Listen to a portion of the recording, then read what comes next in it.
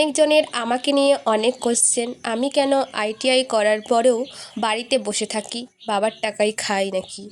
তো বিশেষ করে পাড়ার লোকেদের অনেক সমস্যা, সে যাই হোক।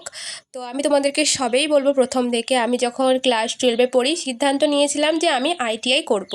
তো সেই মতে আমি সরকারি কলেজের জন্য ফর্ম ফিল আপ করেছিলাম আর সরকারি কলেজে পেয়েও গেছিলাম। আমাদের এখানে শালবনী আইটিআই আছে, যেখানে করতাম আমি আইটিআই কমপ্লিট করে তারপরে আমাদের পাশাপাশি তেমন কোনো জব ছিল না। আর আমাদের রাজ্যে কোনো বেশি কোম্পানিই তো নেই যে জব কী করে দেবে।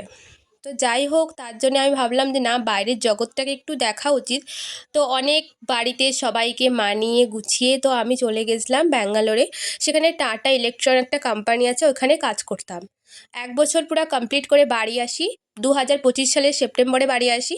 তারপরে বাড়ি আসার পর এক জায়গায় অনেক ইন্টারভিউ দিতে গেছিলাম, সিলেকশনও হয়ে গেছিলাম, কিন্তু আমাদের রাজ্যে 10,000 12,000 কমে কোথাও জব পাবে না। আর ওই টাকাতে কাউকেও পোষাবেও না, এর খরচাতে কেটে যাবে, তাহলে বাঁচবে কত টাকা, আর কত টাকাই বা সেভিংস করব। তো সেই জন্য আমি ভাবি না, আমি করব না, আমি ছেড়ে দিয়ে চলে এসেছিলাম, পেয়েও ছিলাম জব। তো আমি ছেড়ে দিয়ে চলে এসেছি।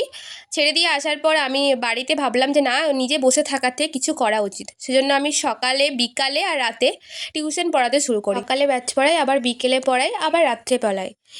এই টাকাতে আমার নিজের খরচা চলে যায় আর বেঁচেও যায়, সেভিংসও হয়। তো যাই হোক, আমার এটাই কথা, আমাদের রাজ্যে না মেয়েদের কোনো ভ্যাকেন্সি নেই, সব যত ছেলেদেরই ভ্যাকেন্সি আছে।